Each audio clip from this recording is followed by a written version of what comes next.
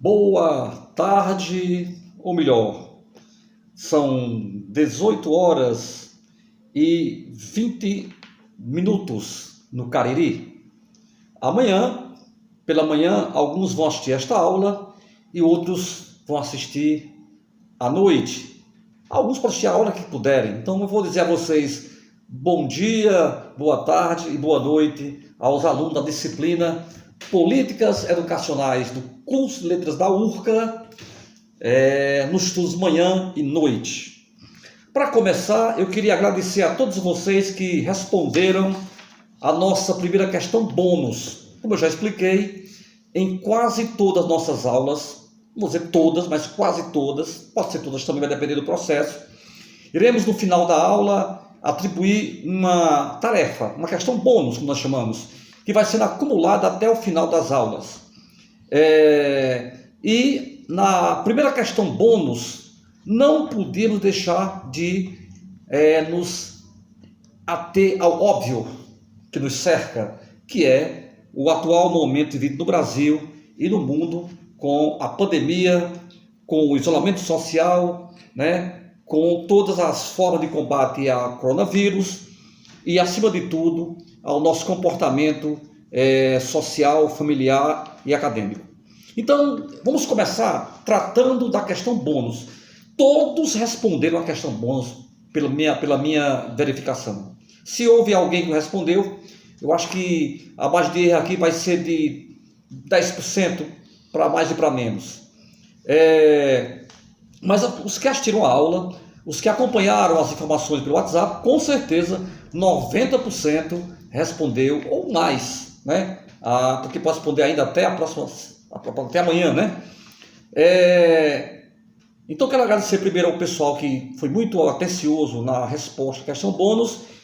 E como eu não pude responder a todas as questões, eu fiz um recorte, eu fiz um sorteio aleatório, Aqueles que a gente faz na prova, que faz daquelas provas do vestibular, Mamãe disse que eu queria esse, papai que eu marcasse esse, Ulisses que eu marcasse aquele ali, Marina aquele ali, mas eu vou escolher este aqui, Porque eu não podia escolher se não fosse assim de uma forma de sorteio aleatória. Eu fiz aleatória.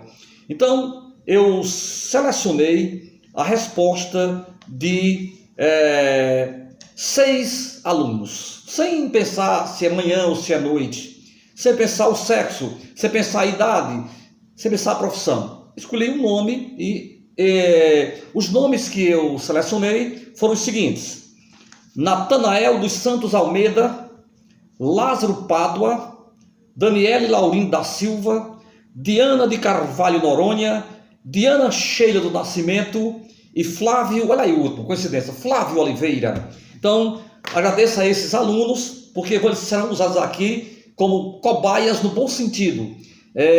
A partir das respostas deles, iremos ter um corpus que vai nos dar o perfil do aluno da Universidade do Cariri, da URCA, diante desse momento que estamos vivendo. A questão bônus pedia que vocês comentassem qual ou quais dificuldades tiveram na sua adesão à vida online. Claro que eu me refiro especificamente às aulas online, mas também à própria vida online, O home office que se implantou no Brasil, não só no Brasil, mas no nosso caso específico do Brasil, e no nosso caso na universidade, nesses últimos meses, a partir de março do ano passado. Então, vamos primeiro ver a resposta do Natanael.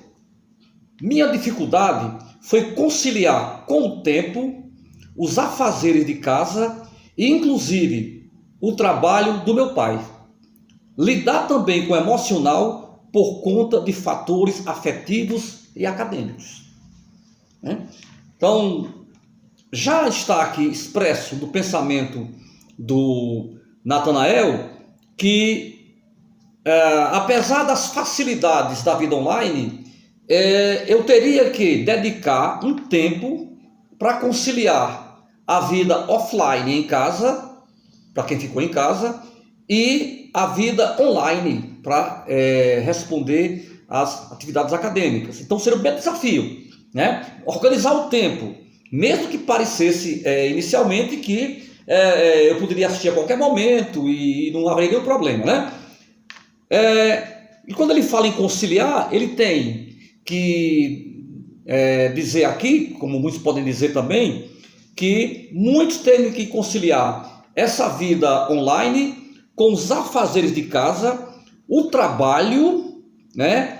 E ao mesmo tempo que eu lido com o trabalho, com o afazer doméstico e com a vida online, eu tenho que conciliar também dois fatores: o emocional e o profissional. Ou, se quiser, o emocional e afetivo e o profissional e acadêmico. Então, de certa forma, quando você opta por uma vida online, você tem que também fazer um acordo, né, na sua agenda para tentar conciliar essas duas vidas. A vida offline, para a maioria que ainda se mantém trabalhando em casa ou fora de casa, e aqueles que têm que trabalhar também com questões profissionais no escritório, né, na firma, no ambiente profissional e também no ambiente acadêmico, que é o nosso caso aqui específico.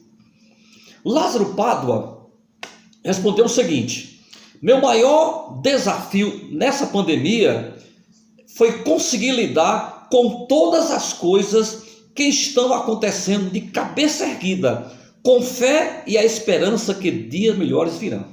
Então, no caso aqui do Lázaro, ele faz um recorte bem interessante, que eu acho que é um recorte que eu diria que você vai ouvir da maioria das pessoas, não só dos estudantes da Universidade do Cariri, da URCA, né? Que é lidar com essa pandemia. Nós estamos já mais de um ano, né? Completou agora em março um ano, né? Vivendo esse momento delicado, duro, né? Expectativas com as mudanças que no coronavírus nos levou ou nos trouxe. Então ele coloca: o grande desafio dessa pandemia é lidar com todas as coisas que estão acontecendo e manter a cabeça erguida com fé e esperança de que com vacina, com proteção, com cuidados, com resiliência, dias melhores virão. Então acho que é uma grande nota que eu poderia chamar a atenção no caso do Lázaro aqui, para atender a uma demanda até extra-acadêmica, né? Uma demanda exterior aos muros da academia. E o Lázaro conclui assim: se Deus quiser, iremos passar por tudo isso.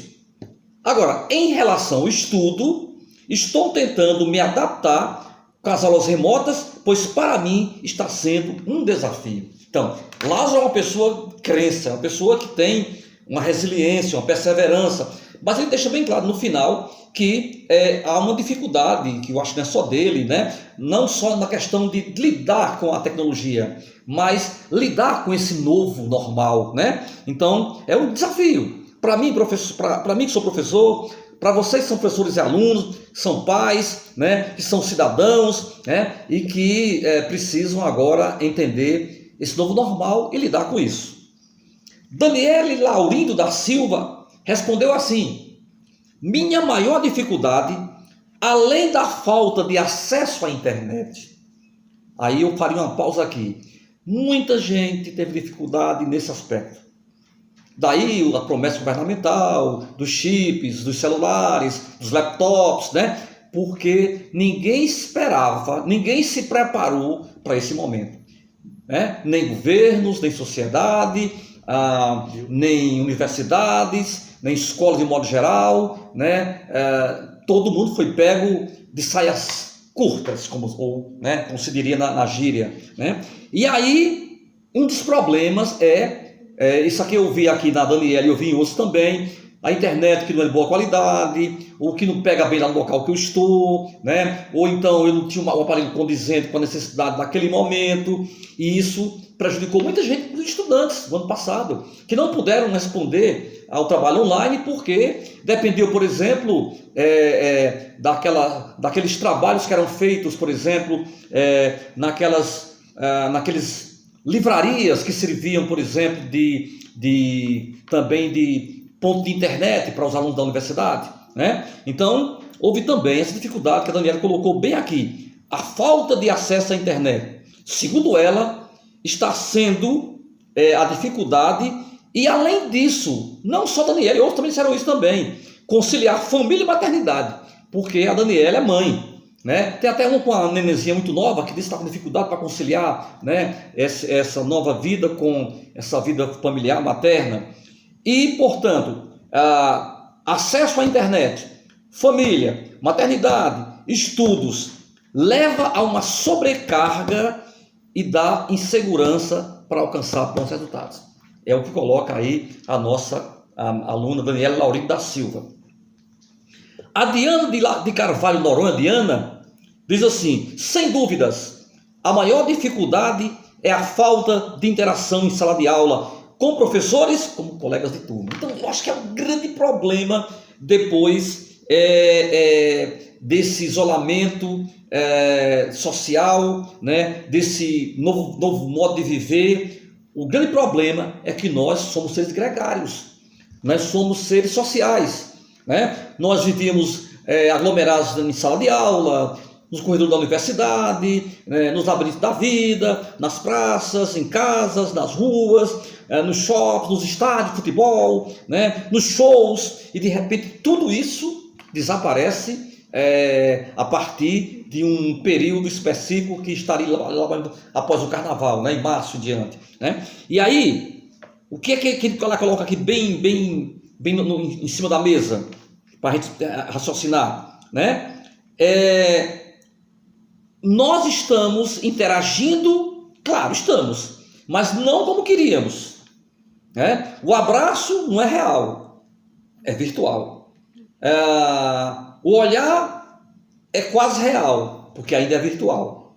A análise é quase real, porque ainda é virtual. Então, de certa forma, a falta de interação, né, que nós tínhamos até o ano de 2019, início de 2020, né, essa interação do professor com o aluno, do aluno com o colega, com os funcionários, né, com o motorista do ônibus que trazia você para a universidade, com a pessoa da cantina, do RU, né, do DEG, do departamento, né? Então, essa interação ela desapareceu.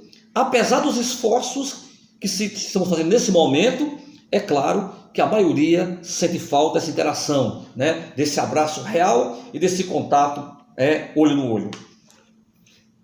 A Diana Sheila do Nascimento respondeu assim: minha maior dificuldade foi me adequar com a nova rotina. É uma nova rotina. Você acorda hoje, né, na segunda-feira, e sabe que vai ter que assistir aula dos educacionais, que vai ter uma questão para resolver ou para entregar, que amanhã tem outra aula online, ou no Google Meet, ou em outra plataforma, enfim, tem uma live, tem alguma coisa que você vai ter que participar. Então, essa nova rotina, esse novo normal, segundo Diana Sheila, foi a sua maior dificuldade. As novas ferramentas de ensino, de fato, no geral, pois também sou professora. Valeu, professora, minha colega Sheila, né? Professora, também está sentindo a dificuldade de adaptar o seu trabalho ao cotidiano dos seus alunos, né? Então, nessa disciplina aqui tem muito professor, né? Muito professor que, como eu também, precisa se adequar a essa nova rotina, né, Sheila? E, portanto, isso implica uma aflição de Sheila para conciliar trabalho e faculdade, dependendo de quem? Da internet, né? Então, fica claro aqui no pensamento da Sheila que nós temos uma nova rotina. Não é porque eu estou em casa que eu não tenho uma agenda, que eu não tenho uma rotina, que eu não tenho que conciliar esse novo tempo, que eu não tenho que tentar esquecer o passado e tentar entender de que maneira eu tenho que me posicionar no presente, né? Com o que eu tenho, com as ferramentas online que eu tenho, né? E finalmente, Flávia Oliveira respondeu assim: minha maior dificuldade foi conseguir lidar com minha ansiedade. Flávio, meu querido amigo, ansiedade virou palavra da moda, né? Acabei de ver o decreto do governador que liberou os consultórios de psicologia psicanálise como essenciais a partir de amanhã. Por quê? Porque a ansiedade, o emocional, o afetivo, o psicológico, né, as aflições, como alguém colocou aqui, né, desse momento, nos levam a nos questionar como agir, né, diante do novo, diante do inesperado, diante desse colapso, por exemplo, da saúde pública no Brasil, diante da identidade política em crise entre municípios, estados e a federação, né? E ao mesmo tempo diante de nós mesmos, né? Então, realmente a ansiedade é um problema que com certeza vai ser muito citado aqui na questão bônus, não só por você, Flávio, como por outros que eu não vou citar aqui por uma questão de tempo, né? E o que é que o Flávio coloca? A ansiedade parte de quê? Não saber o que aconteceria no dia seguinte. Realmente, esse foi o grande problema no ápice da pandemia no ano passado. E agora também, nesses últimos dias, né? As pessoas estão ansiosas porque elas queriam compreender o presente e já entender o futuro.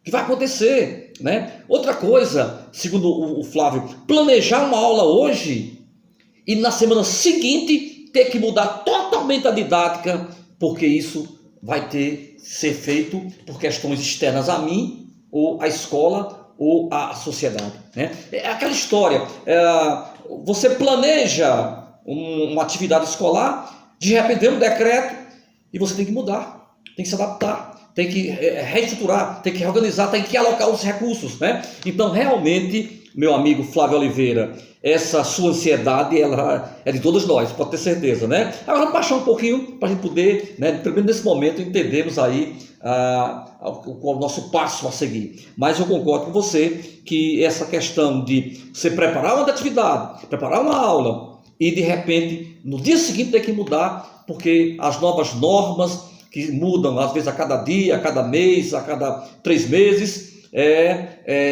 nos levam a alterar o percurso do nosso trabalho, né? Eu sempre digo às pessoas que conversam comigo, e disse a vocês isso na nossa live, que o problema do Brasil todinho foi que tiveram que parar a eleição, fazer eleição para parar o vírus. O vírus foi dormir, durma aí vírus, fica aí quietinho, vai ter eleição. Aí o vírus foi dormir, passou a eleição, o vírus volta. Quer dizer, isso é realmente um grande problema da sociedade, né? Querer achar que na eleição não tinha vírus, que no carnaval não tinha vírus, né? Então, assim, esse faz de conta da nossa classe política é que realmente cria, Flávio, esse planejamento que você falou, quebrado, incompleto, inconcluso, né? A revelia, né? Então a gente entende que, por exemplo, estamos parados aqui no Ceará até o dia 28, quando parar alguns serviços não essenciais pela lei, né? E automaticamente qualquer mudança que houver nesse decreto ou após ele pode gerar, como você mesmo colocou, uma falta de planejamento ou um planejamento inadequado, quebrado diante das questões que estão abrangentes. Eu não quero com isso desconhecer, não é isso não. Os decretos, a legislação, não, pelo contrário, né? Eu acho que a coisa é muito clara, né? A economia está quebrada, né? A saúde está em crise, está tudo em crise, né? Mas só tem uma coisa que tem que deixar bem claro aqui, é que uma vida perdida não tem mais retorno. A economia está em crise, não é fácil, que depende do seu trabalho, de um emprego, que depende de um afazer, aquela pessoa que você conhece, que vendia seu lanche na URC toda noite, deve estar numa situação difícil. Tudo isso é difícil, não é fácil de gerir isso não, amigos. Mas eu entendo que a vida humana ainda vale muito. E aí eu respeito os decretos, eu respeito a legislação, temos que cumprir. Mas nós sabemos que o psicológico, né, que o emocional, que a ansiedade também são compartilhado também por esse processo que é externo a nós, não é só o interno, é externo a nós. Como será o amanhã, né? Então a gente só sabe uma coisa: nada será como antes amanhã. Então Eis aqui uma pequena demonstração, né, uma amostra dos detalhes da questão bônus que vocês muito bem responderam. Daqui a alguns dias eu vou postar no nosso grupo de WhatsApp a pesquisa com o percentual de cada assunto desse que foi destacado por vocês. O aspecto pedagógico, o aspecto emocional, a questão do tempo, né? A questão da dificuldade tecnológica. Eu vou fazer depois digamos assim, um link mostrando para vocês isso que eu mostrei aqui com essa amostra, né? Pequena amostra de 6 respostas, e tentando passar para vocês aquilo que vai no pensamento dos nossos alunos da universidade a partir das respostas dos alunos Natanael, Lázaro, Daniele, Diana Sheila e Flávio Oliveira, que representam a disciplina Político-Educacionais manhã e noite. Então, realmente é uma nova maneira de encontrar a realidade e de imaginar como vai funcionar. E para tentar complementar o que eu acabei de mostrar com a pesquisa que eu fiz aqui nas questões bônus, esse livro aqui chama-se Alfabetização Tecnológica do Professor. Autoras Marisa Narciso Sampaio e Lígia Silva Leite, editora Vozes. Esse livro é de 2002.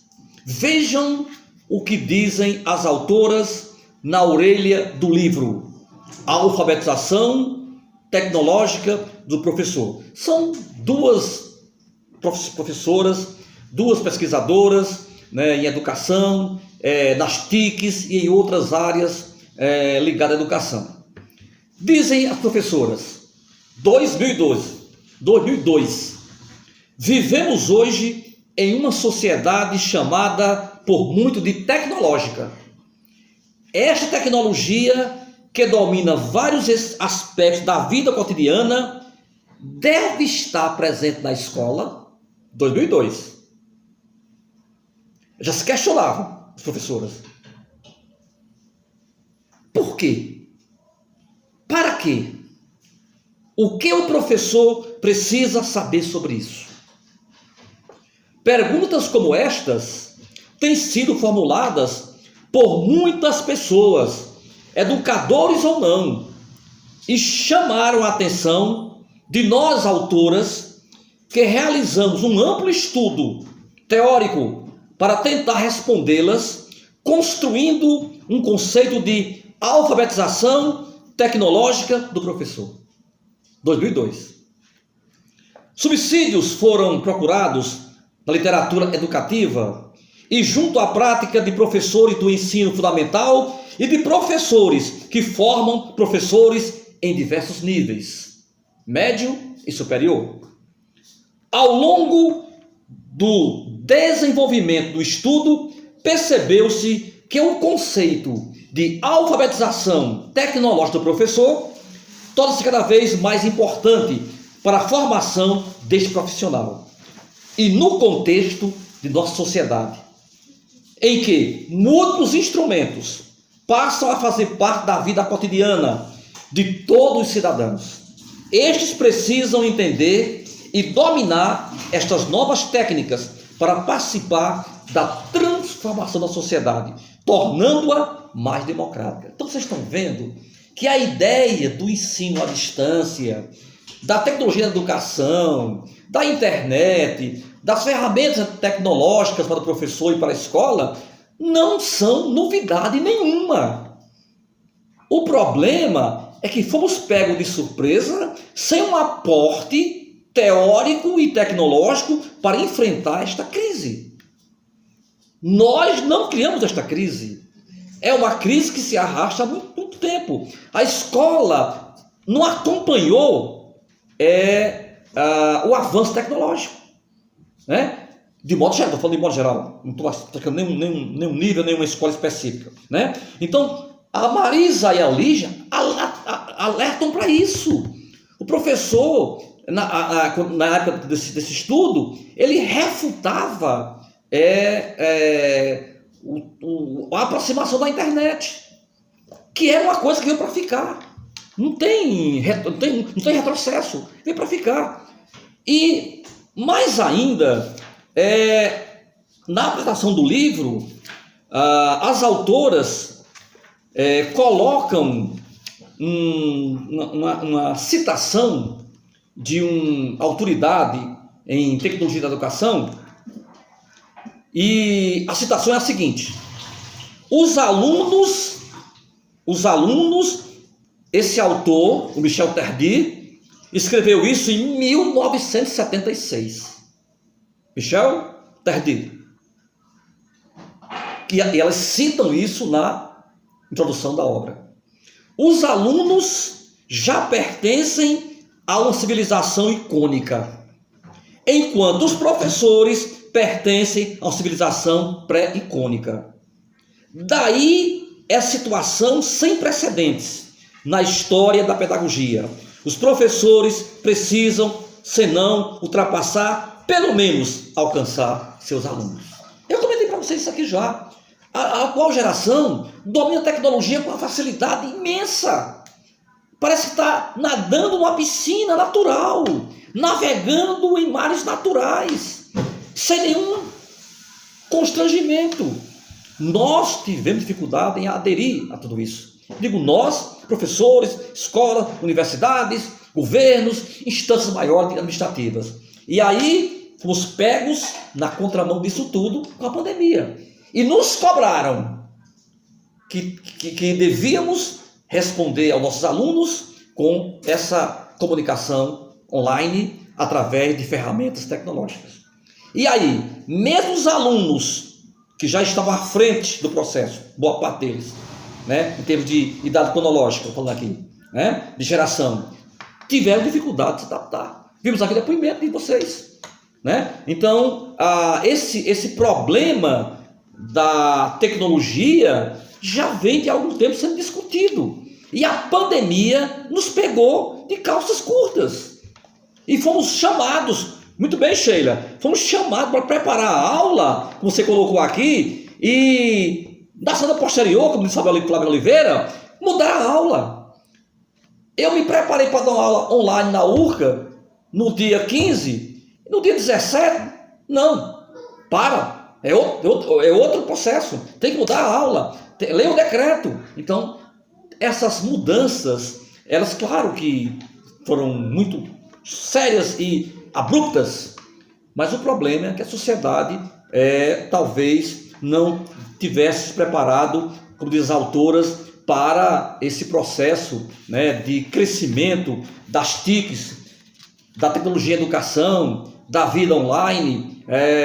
E aqui não vai nenhuma defesa da vida online por si só, apenas colocando o momento. É claro que eu sou adepto da aula presencial, ainda sou, da consulta presencial, do exame presencial, da vida presencial, do abraço presencial, mas nesse instante eu estou me concentrando nas dificuldades que vocês colocaram aqui, como alunos, como professores, como pais, mães, cidadãos, trabalhadores, que precisam conciliar a vida offline que nós tínhamos com a vida totalmente online, inclusive para adquirir produtos. Eu estou agora com fome, vou pedir ao Isaac que ligue daqui a pouco para o João e peça meu sanduíche. Não vou até lá, João vem até aqui, Ou seja, as facilidades que nós já tínhamos, a gente achou estranho agora conciliar isso na nossa vida de modo geral. Faltou, portanto, como colocou aqui o livro, uma postura, digamos assim, antecipadora. Isso aqui não cabe a nós, isso cabe às políticas públicas, que é quem devem prever, antecipar e gerar recursos, tecnologias que ajudem a saúde, a educação em pouco espaço e com o incremento disso no nosso cotidiano, no nosso dia a dia. Na pesquisa das professoras Marisa Narciso e Lígia Silva Leite, neste livro, elas colocaram alguns depoimentos de professores em 2000, né? Sobre essa questão da tecnologia na educação, das aulas online, da educação à distância, aulas remotas, etc. Segundo as autoras, os professores se mostraram críticos diante de uma visão tecnológica e diante da educação. Não maniqueísta essa visão, de não querer usar a tecnologia porque ela é ruim ou assimilar simplesmente porque ela é boa. Não. Né? Então, não é porque é boa que eu vou usar só por isso. Ou não é porque é ruim que eu não vou usar. Né? Teria que ter mais elementos para trabalhar essa questão do maniqueísmo. Né? Segundo os professores entrevistados pelas autoras do livro, havia um certo fetichismo em relação ao seu uso, como se magicamente elas pudessem resolver todos os problemas que o fracasso escolar nos confronta diariamente. Então, também havia, e ainda há, essa ideia que basta apertar um botão que eu resolvo tudo. Não é só assim também não. É claro que esse fetichismo, esse elemento mágico da tecnologia nessa pandemia, e antes dela, tem que ser colocado. Nada vem no passe de mágica, varinha de condão, não. A tecnologia era um aliado do professor. Quando você usar, por exemplo, o data show, os famosos retroprojetores, os videocassete, a televisão, né? o som, o laptop, o seu celular, todos esses recursos não substituem o professor. São elementos complementares, não são mágicos, não são fetichistas, não são de nenhum ritual mágico, não. São produtos que devem ser usados sem maniqueísmo, né? Não é bom, não é mal, não, é adequado, não é adequado. A minha aula é a aula que vai dizer que ferramenta eu vou usar. Se eu vou dar aula presencial, com giz e apagador, com data show, com laptop, com celular, se é um seminário, se é uma aula presencial, se é uma palestra, se é um workshop, enfim. Mas nesse momento, o que temos que dizer é que diariamente estamos em conflito com tudo isso. Mas é preciso entender uma coisa, que vocês responderam aí, né? Nossa inquietação é grande, mas todos vocês colocaram que mesmo quem não se adaptou ainda às aulas online, querem se adequar, querem entender, querem participar, sabendo que não é fácil esse processo, mas todos querem de alguma maneira, como colocou aqui o nosso amigo Lázaro, né? Se Deus quiser, iremos passar por tudo isso. Em relação aos estudos e às aulas remotas, para mim é um desafio para todos nós, mas temos que enfrentar. E aí, ainda no livro das professoras citadas, eu fiz mais um recorte para vocês. Depois eu posso passar para vocês o livro para quem quiser pesquisar, professor, aluno, que trabalha com tecnologia, que trabalha com, digamos assim, com redes sociais, enfim. É importante, portanto, que nesse momento tenhamos o caráter crítico como professor, como aluno, como pesquisador, como acadêmico, como cidadão, como pai, como mãe, como família, como sociedade. É um caráter de você julgar a partir das condições presentes e das condições que você tem a oferecer. Poderiam ser muito melhores se tivesse havido realmente um acompanhamento, vamos colocar aqui as professoras da pesquisa. Mas nós dormimos, perdemos o tempo e, de repente, uma pandemia nos coloca contra a parede.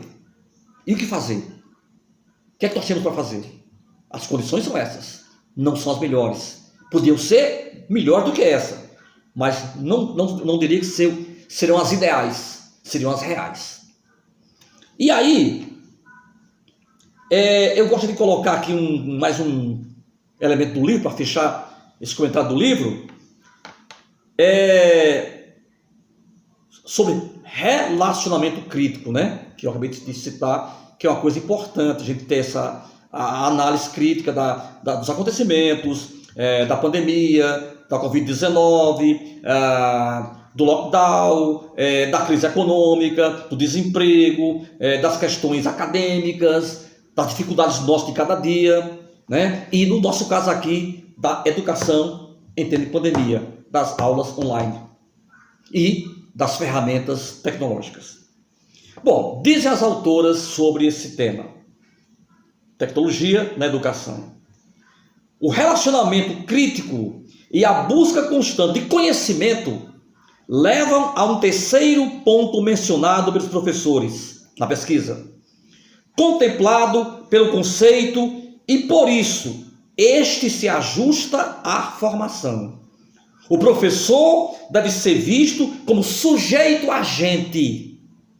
Não é porque eu estou usando o WhatsApp, meu canal no YouTube, o Google Meet, o Twitter, que eu vou deixar de ser um agente, que você vai deixar de ser agente. Não, não é assim. O professor deve ser visto como sujeito agente, capaz de, além de interpretar, criar e fazer escolha. Eu fiz minhas escolhas. Você fez sua escolha, né? E essa escolha alguém pode não concordar, mas toda escolha implica uma perda. Eu escolhi usar o meu canal. Eu já tinha esse canal, já com o meu curso de redação. Eu tinha esse canal já pronto. Por que fazer esse canal? Se eu já domino, se eu tenho minha equipe já pronta para isso. Então, é uma escolha, é uma visão crítica. Não é imposição, é visão crítica. É o que eu tenho a oferecer a vocês de melhor qualidade. Podia ser melhor? Podia não, pode ser melhor. Mas isso é o real, não é o ideal.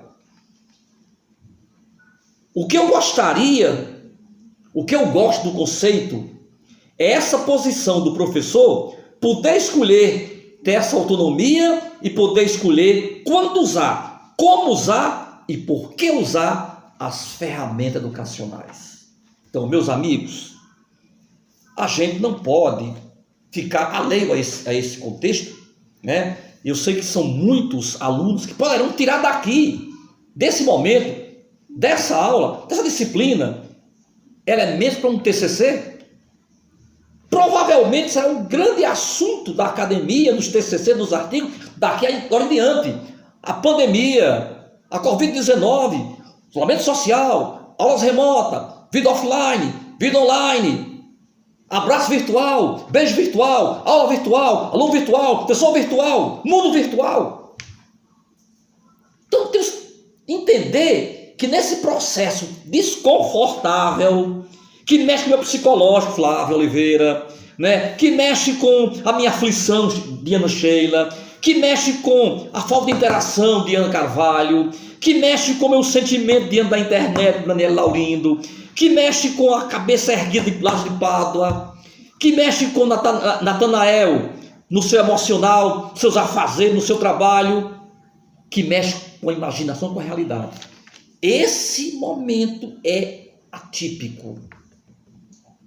Nada será como antes amanhã. Pensem nisso. Aproveite esse momento de dificuldade. Vamos interagir com professores, interagir com os colegas, no grupo de WhatsApp, no canal no YouTube, no Google Meet, em todo espaço que vocês tiverem. Não se calem, participem, falem, digam o que sentem. Tirem disso material para futuras pesquisas, artigos, revistas, TCC, monografias, dissertações, teses. Esse livro aqui, que eu tenho em mãos, da Marisa Sampaio e da Lígia Silva, editora Vozes, inicialmente partiu de uma dissertação de mestrado de uma delas, da Marisa, junto com a doutora Lígia, transformaram uma pesquisa acadêmica num livro, que não é precursor do tema, mas já dizia aqui em 2002, e o autor citado na introdução do livro, o Michel Tardy, já alertavam para o tempo que estamos vivendo. Não para a pandemia, não para a pandemia em si, mas para as dificuldades e a necessidade de a escola, professores, aluno, sociedade, família, governo, instituições públicas e privadas entenderem que a tecnologia é uma ferramenta necessária, não vai substituir o professor, mas é necessária a melhoria, a interação social, tecnológica e também a melhoria da qualidade dos recursos para a educação, para uma aula, para uma palestra, para um workshop, para qualquer processo que tenha que interagir, né? Fala, imagem, texto, filtros, cor, num processo chamado de democratização do saber.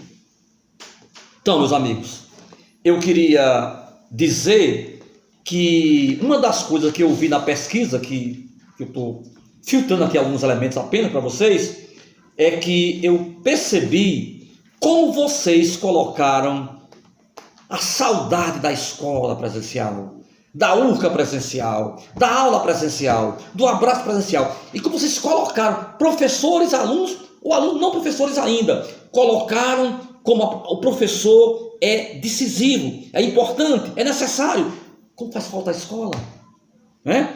Deve ter percebido isso. O contato humano é importante. Ninguém pode ficar sem educação. A escola é importante. E o que aconteceu, porém, foi que o quê? Nosso carro chamado URCA, dirigido por Adriana, vinha desce nas Guaribas. E de repente o pneu furou. E Adamo Xenofonte, marido de Adriana, desceu do ônibus e foi trocar o ônibus em movimento. Ou seja, o nosso ônibus passou a funcionar até certo ponto com Adamo trocando o pneu do ônibus desce nas Guaribas. Quase que os guardas nos multavam ali no posto das Guaribas. Adamo trocando o pneu do ônibus que sua esposa dirigia, levando até a URCA. O que quer dizer com essa metáfora? Que a pandemia nos pegou de surpresa, em relação à educação estou falando, e tivemos que improvisar essas mudanças como se fosse um ônibus sendo dirigido por motorista e alguém trocando o pneu enquanto descia uma estrada com as Guaribas. Que perigo! Que perigo! Pois isso está acontecendo. Estamos trocando o ônibus enquanto o pneu, enquanto o ônibus URCA está descendo a Guariba. Vamos chegar lá? Vamos. Vamos chegar até a URCA? Vamos. Vai dar certo? Vai. Mas não é fácil. Não é fácil. O nosso emocional, nosso psicológico, nosso emotivo, nosso racional, nosso acadêmico, nosso familiar, nosso social, nosso político nos questionam. Mas isso é a realidade. O nosso ônibus está caminhando. Vamos chegar lá. Mas não esqueçam, nesse momento, alguém está trocando o pneu para o ônibus chegar em paz até a URCA. E lá poderemos depois nos reencontrar presencialmente e entender de que forma isso mexeu com nossas vidas. Mexeu com a nossa universidade. Mexeu com a educação. Mexeu com vocês. Portanto, muito importante o depoimento de vocês. Ainda estou lendo, vou transformar numa tabela, vou fazer dados, vou divulgar isso, porque vai servir de fundamento para futuras turmas, artigos, TCCs, enfim, vai servir como fundamento científico desse momento que tem que ser documentado, porque ele é atípico, ele é único, pelo menos nos últimos décadas, desde a Segunda Guerra Mundial, vamos chamar assim, né? Então, é importante tudo isso? É. O que eu disse é fácil de dizer? Não. Dói, mas tem que sair, né? Esse é o momento, esse é o gargalo, esse é o destino nosso. Resolver questões que estão em andamento. Ou adaptar-se a esse momento. Adaptar-se, sobrevivendo e dando esperança aos que vêm depois desta geração. Então, a questão bônus eu não vou lançar hoje. Eu vou mandar para vocês, depois da aula, um texto tratando desse assunto dentro da visão acadêmica, um texto para ampliar esse tema, Vou mandar para vocês também, depois desta aula, os links com os slides das próximas aulas. E, posteriormente, depois que eu mandar o texto sobre esse tema, numa visão acadêmica para vocês, de um evento que houve há pouco tempo sobre esse tema, a pandemia e a universidade. Depois que eu mandar os links com os slides das próximas aulas, vou mandar a nossa segunda questão bônus. E eu espero que até meados de abril eu divulgue o resultado da pesquisa com dados, com percentuais, para servir de fundamento a esse tema tão importante, né? Tão fundamental, tão decisivo para um momento duro, mas um momento que está nos tornando mais fortes. É uma guerra. E estamos chegando ao dia em que vamos invadir a Normandia. Pesquise sobre isso. Muito obrigado e até a próxima aula.